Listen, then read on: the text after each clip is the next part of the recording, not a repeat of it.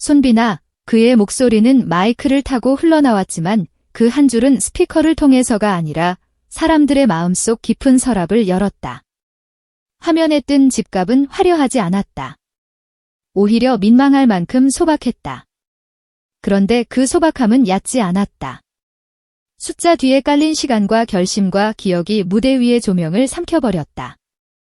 수많은 연예인들이 집을 공개할 때면 관객은 대체로 두 가지 중 하나를 느낀다.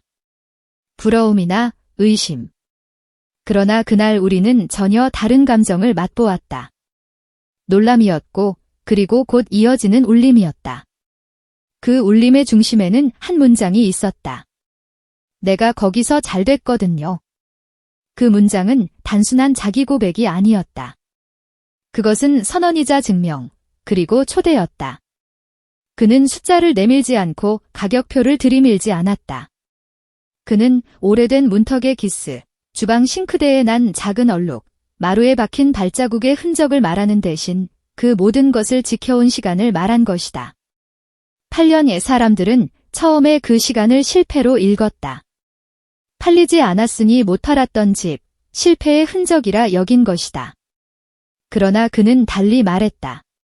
팔리지 않은 것이 아니라 팔지 않은 것이다. 남겨둔 것이다.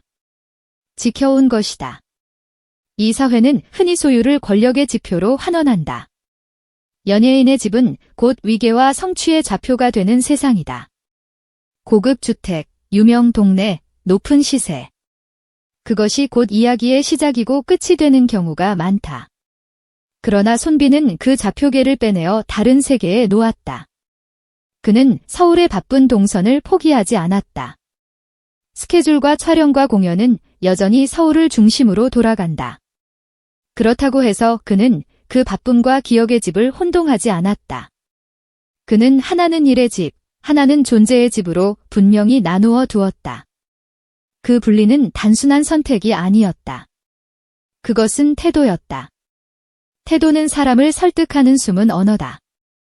고급스러움이 무조건 높은 가격에서 오지 않는다는 것은 오래전부터 존재해온 진실이다. 그러나 그것을 사람들 앞에 당당히 드러내는 용기와 방식은 드물다. 그는 집을 자랑하지 않았다. 그는 자신이 무엇을 지켜왔는지를 보여주었다. 지켜진 기억, 지켜진 약속, 지켜진 관계.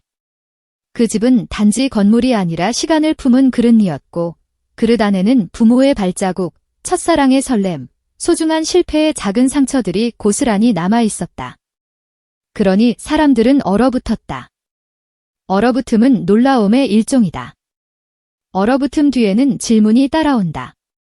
왜 굳이 지금, 왜 굳이 이 집을? 그리고 그의 답은 단순했다. 내가 거기서 잘 됐거든요. 그 한 문장은 모든 통념의 등호를 지웠다. 값비싼 주소가 곧 성공의 증명이라는 자동완성 문장을 그는 손가락 하나로 지워버렸다. 대신에 새로운 등호가 생겼다. 출발선은 집일 수 있고 약속은 집일 수 있으며 돌아갈 곳은 집일 수 있다. 그 집이 남긴 문장은 팔릴 수 있어도 팔리지 않는 어떤 것, 누구의 가슴 속에 자리 잡는 문장이 되었다. 대중의 반응은 즉각적이었다. 충격이라는 단어가 헤드라인을 메웠다.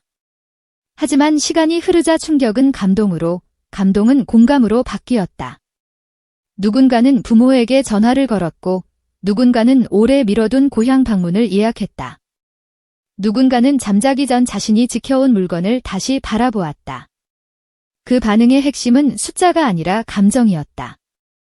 사람들은 그 숫자를 자신의 삶의 단위로 읽었다. 너무 높지도 너무 낮지도 않은 언어로 읽었다. 그래서 낯설지 않았고 그래서 따뜻했다. 이제 다시 생각해보자.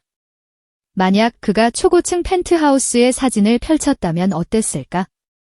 그건 즉시 화제가 되었을 것이다. 조회수는 폭발했을지도 모르고 찬사는 쏟아졌을지도 모른다. 그러나 그 이야기의 수명은 짧았을 것이다. 반짝이는 것들은 쉽게 시들고 부러움은 곧 시기와 소외로 변한다. 반면 오래된 집의 서사는 길다. 균열, 흠집, 닳아진 문고리, 장판 아래 숨은 작은 구멍조차 이야기가 된다. 오래된 것들은 주름을 품고 주름은 사람을 멈춰 세운다. 멈춤이 일어나면 성찰이 시작되고 성찰이 이어지면 공감이 싹튼다. 공감은 신뢰로 이어지고 신뢰는 단순한 소비자를 동행자로 바꾼다. 브랜딩의 본질은 이것이다. 표면의 반짝임이 아니라 지속적인 공명이다. 손빈은 그 공명을 집 한 채로 만들어냈다. 그는 화려함으로 눈을 가리려 하지 않았다. 대신 그는 허술함의 진심을 증명했다. 넓고 낮은 마당, 민들레가 고개를 내미는 잔디, 담장 넘어 들리는 이웃의 기침 소리까지. 그 모든 소소한 디테일은 쇼가 아니라 삶이었다. 대중은 곧 그 삶의 진실을 읽었다.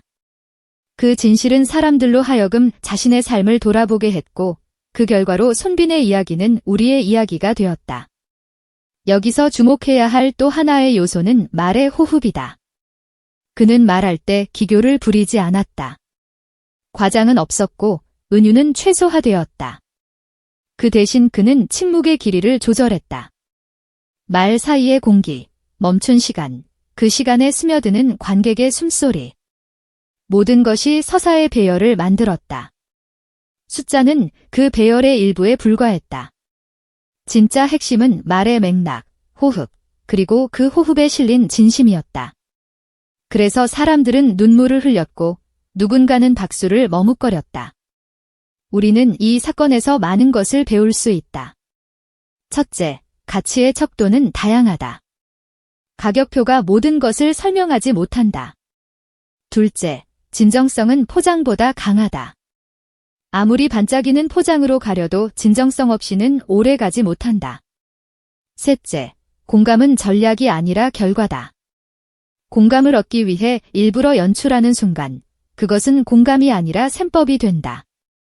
손빈의 경우는 달랐다. 그는 연출을 넘어선 자기 고백을 했고, 그 고백은 그를 더욱 인간적으로 만들었다. 어떤 이는 이 모든 것을 계산된 브랜딩 전략이라고 얘기할지도 모른다. 현대의 연예계는 감정마저 상품화하는 경향이 있으니 그럴 가능성을 배제할 수는 없다. 그러나 계산이건 본심이건 결과적으로 우리는 한 인간의 시간을 들여다보았고 그 시간이 우리의 시간과 맞닿았다는 사실만은 부인할 수 없다. 어쩌면 그게 중요한 것이다. 진심인지 연출인지 구분하는 데서 끝나는 것이 아니라 그 이야기가 사람들의 삶을 어떻게 건드렸는지가 핵심이다. 마지막으로 한 가지 분명한 것은 있다. 집은 단지 피난처가 아니다. 집은 언어다. 말로 전하지 못한 수많은 약속과 실패와 사랑과 죄책감이 집의 구석구석에 박혀 있다. 누군가는 그 집을 팔고 떠나가겠지만 그 집이 남긴 문장은 지워지지 않는다. 그 문장은 사람들의 기억 속에 SNS의 타임라인에 누군가의 자장가 같은 위로로 자리한다. 손빈이 내민 집은 바로 그런 문장들이었다. 그래서 우리는 그 집 앞에서 얼어붙었고 결국 무언가를 녹이기 시작했다. 다음번 그가 무대에 오를 때 우리는 단순히 노래를 들으려고 모이지 않을 것이다. 우리는 먼저 그의 말과 침묵을 들을 것이고 그가 보여준 태도를 다시금 떠올릴 것이다. 박수는 자연스럽게 따라오고 고개 끄덕임은 박수보다 먼저 일어날 것이다. 왜냐하면 그는 이미 우리에게 약속을 한 셈이니까. 어디에서 왔고 어디로 가는지를 잊지 않겠다는 약속을. 집 한 채가 대신 말해준 그 약속은 쉽게 사라지지 않을 것이다. 우리는 여전히 그날의 장면을 기억한다. 화면에 떠오른 숫자는 소박했지만 그 숫자의 주변에서 펼쳐진 이야기는 거대했다. 그 거대함은 화려한 금액으로 포장된 이야기가 아니라 사람이 사람에게 전하는 온기와 결의를 통해 전파되었다. 손빈의 한 문장은 그것을 증명했다. 내가 거기서 잘 됐거든요. 그 말은 단순한 성공의 보고가 아니다. 그것은 돌아갈 곳이 있음을 알리는 신호였고 지켜온 것에 대한 경의였으며 무엇보다도 사람들과 함께 걸어가겠다는 다정한 약속이었다.